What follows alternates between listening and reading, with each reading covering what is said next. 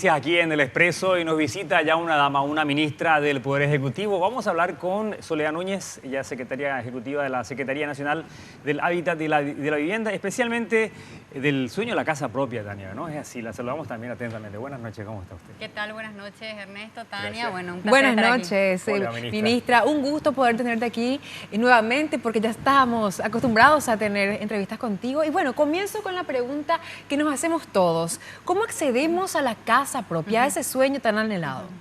Bueno, en verdad hay una realidad que nos toca de alguna manera administrar en nuestro país, que hoy en día para muchas familias acceder a una casa propia, no solamente si uno vive en situación de pobreza y extrema pobreza, es sumamente difícil en Paraguay.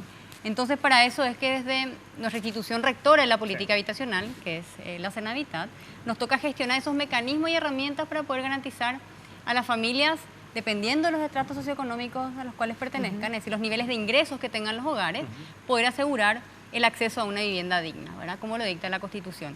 Y ahí es que la institución tiene diferentes programas dependiendo del nivel de ingresos de cada hogar.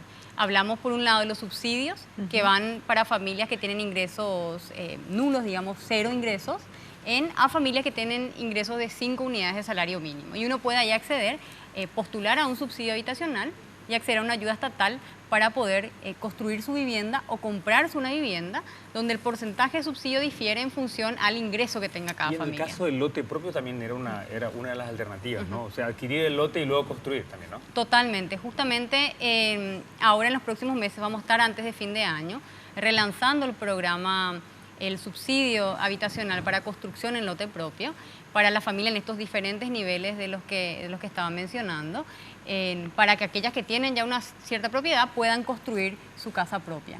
¿Cuáles son las zonas donde van a construir próximamente? Bueno, desde el gobierno nos estamos enfocando fuertemente en varias zonas. La institución siempre va a tener una prioridad o va a dar una prioridad a aquellas familias que vienen en situación de pobreza y extrema pobreza porque es nuestro mandato, ¿verdad? Claro. En la Carta Orgánica está de alguna manera eso escrito.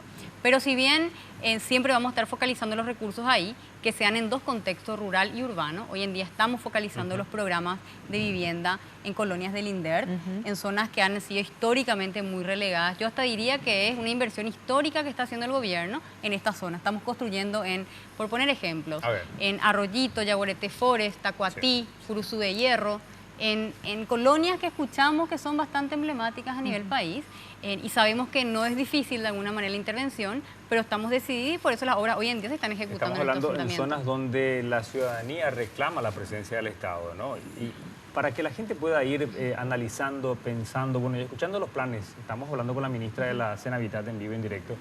¿Cómo la gente que todavía no sabe dónde queda la Senavitat, cuáles son las formas de acceso? ¿Hay que llenar una planilla? ¿Hay un teléfono al cual llamar? O directamente ustedes como Senavitat van a ir a las zonas carenciadas? ¿Cuáles son las modalidades que se van a dar? En el caso de las zonas rurales, nosotros articulamos con el INDER porque ahí el Estado lo que hace es una inversión fuerte para construir viviendas en propiedades que ya están en manos nuestras, digamos, del Estado de alguna manera. Entonces no hay una inversión que se hace desmedida para adquirir suelo para construcción de viviendas, sino que se invierte en estas tierras que ya son propiedad del Estado. Ahí pueden en las diferentes comisiones vecinales de estas colonias poder presentar, digamos, una solicitud tanto al INDER como también a la Senavitat para poder gestionar el proceso de intervención y construcción de viviendas.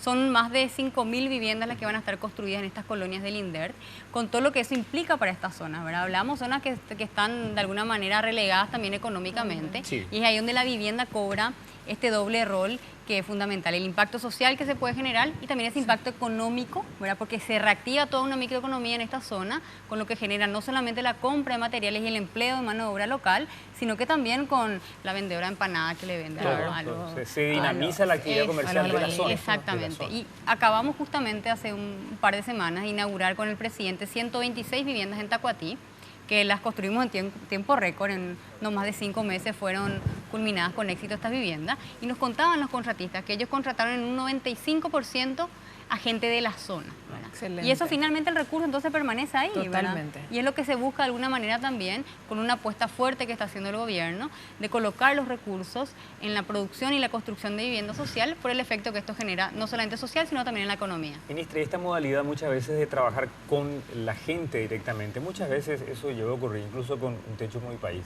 ¿verdad? Donde se brindaban los recursos y iban los voluntarios. En este caso va a ir los recursos del Estado y los trabajadores del Estado o del sector privado a trabajar directamente con las familias necesitadas para levantar esas casas, ¿verdad?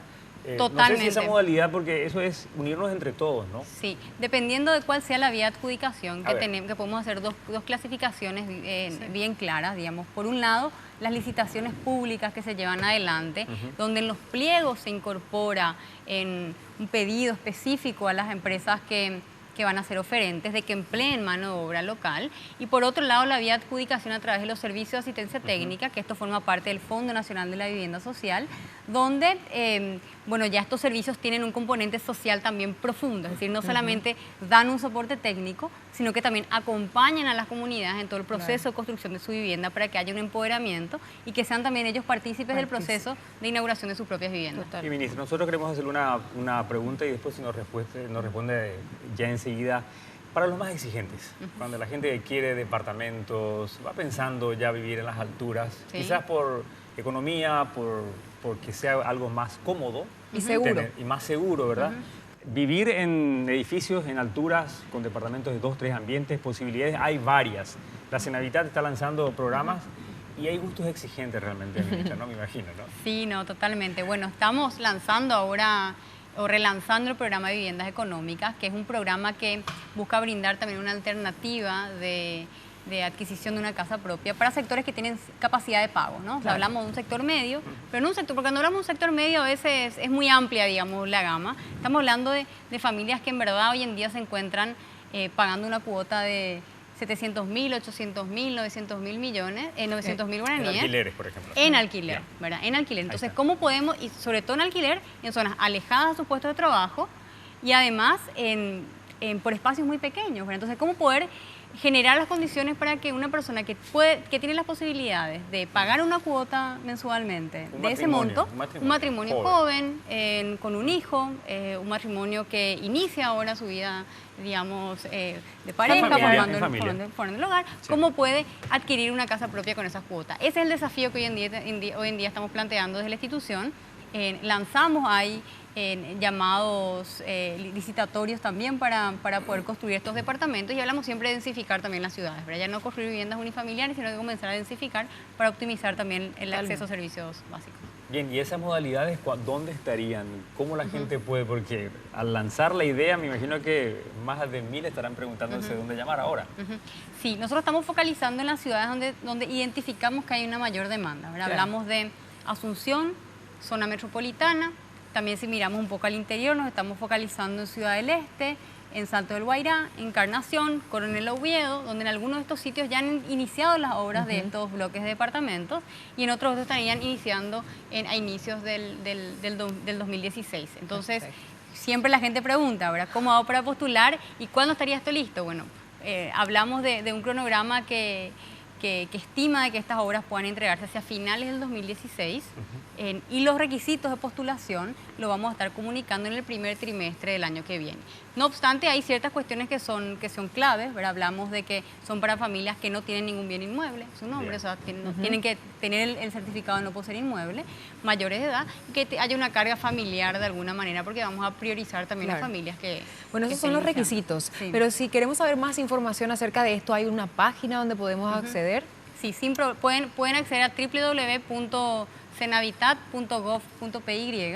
Incluso ahí está disponible para la ciudadanía toda la información de las obras que hoy en día está gestionando la institución. Perfecto. Esto lo hicimos en un formato de datos abiertos, en el marco de la Ley de Acceso a la Información Pública, de manera tal a que todo ciudadano pueda, de cualquier punto del país, identificar qué se está haciendo con el recurso público, ¿verdad? Creemos en la transparencia, creemos en una gestión abierta a la gente, donde se pueda ejercer también una Contraloría Ciudadana, una auditoría ciudadana, y por eso pusimos a disposición esta herramienta que es el mapa de vivienda, viviendas que la gente puede acceder desde sus casas para poder también controlar la gestión de la ¿Algún institución. teléfono para que la gente pueda consultar y hacer esas preguntas de acceso a la información que es tan importante? Requisitos, dónde descargo la planilla, el formulario para llenar, presentar mi carpeta con la esposa, con la familia.